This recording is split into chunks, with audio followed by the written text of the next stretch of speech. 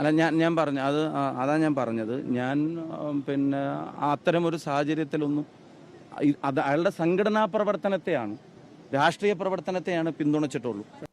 അനിവാര്യമായ വീഴ്ച രാഹുലിൻ്റെ മാസ്റ്ററിനും, അതായത് ഷാഫി പറമ്പിലിനും കോൺഗ്രസിൽ സംഭവിച്ചിരിക്കുന്നു, അല്ലെങ്കിൽ കേരള രാഷ്ട്രീയത്തിൽ സംഭവിച്ചിരിക്കുന്നു എന്ന് തന്നെ നമുക്ക് വിലയിരുത്താം.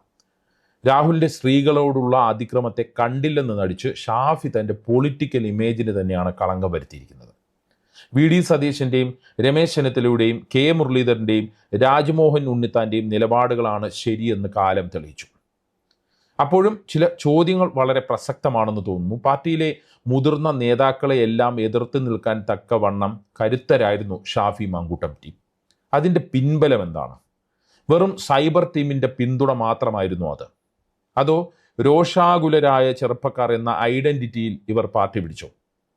പാർലമെന്ററി പാർട്ടിയിൽ നിന്ന് പുറത്താക്കിയതിന് ശേഷവും രാഹുലിന് പാർട്ടിയിൽ നിന്ന് കിട്ടിയ പിന്തുണ നമ്മളെ അത്ഭുതപ്പെടുത്തുന്നതാണ്, നമ്മൾ കണ്ടതാണ്.